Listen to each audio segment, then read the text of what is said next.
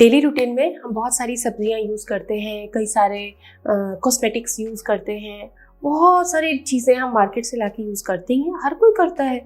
लेकिन इसमें से बहुत सारी ऐसी चीज़ें हैं जिनसे हार्मोन ही खराब हो जाते हैं। So hello and welcome to YouTube Saheli channel. आशा करती हूँ आप सभी खुश हैं, अपने अपने घरों में प्रसन्न हैं, और हाँ, पॉजिटिव रहना बहुत ज़रूरी है। इसलिए मैं आपको हर रोज़ याद दिलाती हूँ कि नज़रिया पॉजिटिव रखिए, लाइफ में चीज़ें अपने आप सही दिशा में बढ़ने लग जाएंगी।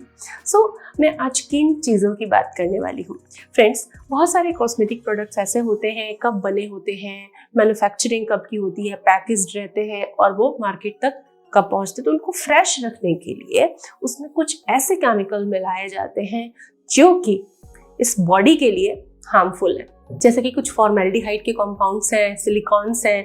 तो इनसे क्या होता है, ये एंडोक्राइन डिसरप्टर्स होते हैं, यानी कि जो अंतःस्रावी ग्रंथियां हैं, जो हमारे शरीर में 8 प्रमुख महिलाओं के शरीर की अंतःस्रावी ग्रंथियां हैं, उनसे निकलने वाले हार्मोन को वो बाधित करती हैं, डिस्टर्ब करती हैं। तो इससे एंडोक्राइन ग्लैंड्स का फंक्शन डिस्टर्ब हो जाता है। लेकिन कॉस्मेटिक्स में कई चीज़ों में चीज़ें आती ही हैं और इनसे हार्मोन्स खराब हो रहे हैं। तो क्या हम यूज़ ही ना करें? ऐसा नहीं है कि हम पूरी दुनिया के ट्रेंड से बाहर चले जाएंगे और आप वो चीज़ें कभी यूज़ ही नहीं करेंगे।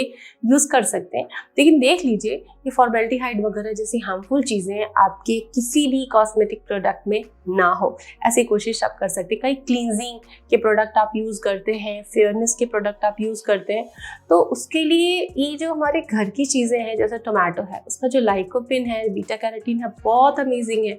टोमेटो आप लगाते हैं तो आपकी स्किन के अनवांटेड हेयर्स भी रिमूव हो जाते हैं, स्किन टैन फ्री होती है और ब्राइट होती है। टोमेटो तो फूड है, उसका कोई साइड इफेक्ट नहीं हो सकता। इसके अलावा आप बेकिंग सोडा क्लींजिंग के लिए यूज कर सकते हैं। बेसन लिया 1 चम्मच, 2 चुटकी बेकिंग सोडा लिया, उसको पानी में ऐड किया, नहाने से पहले फेस को स्क्रब किया। तो ये आपके लिए बहुत ही बेहतरीन स्क्रब है, बिना किसी साइड इफेक्ट के। मार्केट से आप कई तरह के स्क्रब लाते होंगे, उसमें कुछ केमिकल तो डेफिनेटली एडेड होते होंगे ताकि लंबे समय तक वो खराब ना हो। इसके अलावा आप एलोवेरा यूज़ कर सकते हैं, कोकोनट ऑयल का यूज़ कर सकते हैं स्क्रब वगैरह में भी।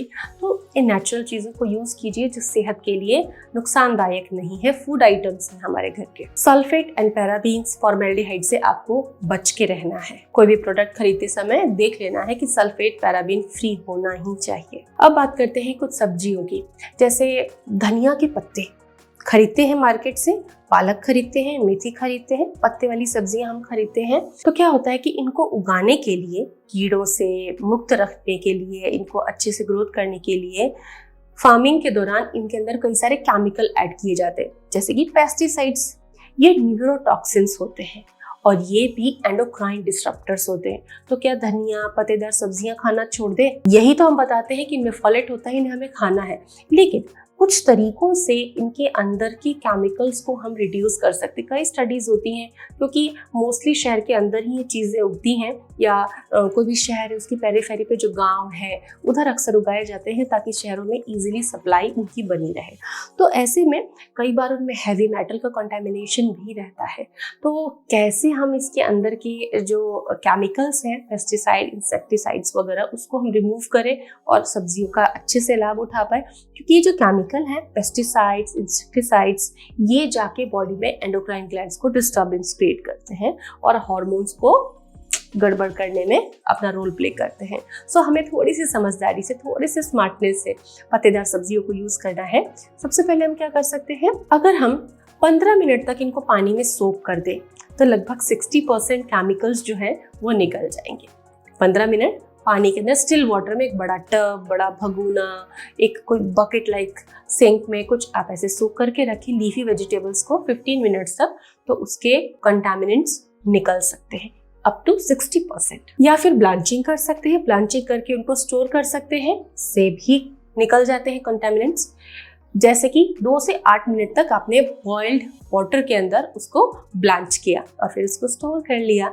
ये भी एक बेस्ट तरीका है। इससे ब्लांच वेजिटेबल से आप पराठा एंड करीज, कई चीज़ें बना सकते हैं और फ्रेशनेस मेंटेन रहती है। उसके अंदर की एंजाइम एक्शन रुक जाती है, वो प्रोडक्ट सेफ हो जाता है यूज़ के लिए, वो खराब नहीं होता। गोभी, पालक, मेथी, मटर, बीन्स, इन चीज़ों को आप इस तरीके से यूज़ करें, स्टिल वाटर में रखें, या फिर जिन चीज़ों को आप ब्लांच कर सकते हैं, लीफी वेजिटेबल्स को, उनको आप ब्लांच करके स्टोर करें एंड यूज़ करें, तो बहुत सारे केमिकल से हम बच सकते हैं। और अच्छी चीज़ों में भी जो हमें केमिकल्स मिल रहे हैं और उनसे हम सफ़र कर रहे हैं, तो समझदारी से यूज़ करने से आपको फ़ायदा होगा और उसके नेगेटिव इफ़ेक्ट्स ख़त्म हो जाएंगे।